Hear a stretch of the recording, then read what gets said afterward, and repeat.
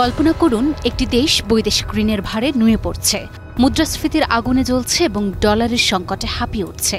আর ঠিক সেই সময়ই হঠাৎ করেই তার পায়ের নিচে জেগে উঠল এক অবিশ্বাস্য ধনরত্ন। না, এটা কোনো হলিউড থ্রিলার সিনেমার গল্প নয়, সত্যিকারের গল্প যা ঘটেছে পাকিস্তানে। পাকিস্তানের নদীর তীরে এক অবিশ্বাস্য ধন ভাণ্ডারের আবির্ভাব ঘটেছে, যার মূল্য ৬০০ বিলিয়ন মার্কিন ডলার।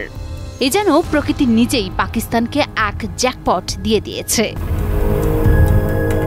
পাকিস্তানের খাইবার পাখতুনখোয়া প্রদেশের হরিপুর জেলার তারবেলা এলাকায় বিশাল স্বর্ণের খনি আবিষ্কৃত হয়েছে, যার মূল্য প্রায় ৬০০ বিলিয়ন ডলার। ভূতাত্ত্বিক জরিপ দলের এই চমকপ্রদ আবিষ্কার দেশটির অর্থনৈতিক সংকটের মধ্যে এক আলোর রশ্মি হয়ে উঠেছে। লুকিয়ে থাকা এই সোনার পাহাড় পাকিস্তানের অর্থনীতিকে রাতারাতি বদলে দিতে পারে। তবে এই সোনার ভাণ্ডার শুধু অর্থনীতিকে পুনরুজ্জীবিত করবে না, বরং জাতীয় ঋণের বোঝা হালকা করে দেবে, হাজার হাজার চাকরি সৃষ্টি করবে এবং পাকিস্তানকে বিশ্বের সোনা রপ্তানিকারকদের মহলে নিয়ে যাবে।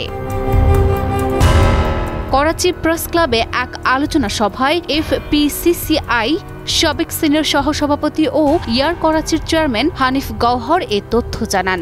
হানিফ গওহর জানিয়েছেন, পাকিস্তানের একটি নতুনভাবে আবিষ্কৃত খনিতে প্রায় ৬৩৬ বিলিয়ন ডলারের স্বর্ণ মজুত রয়েছে।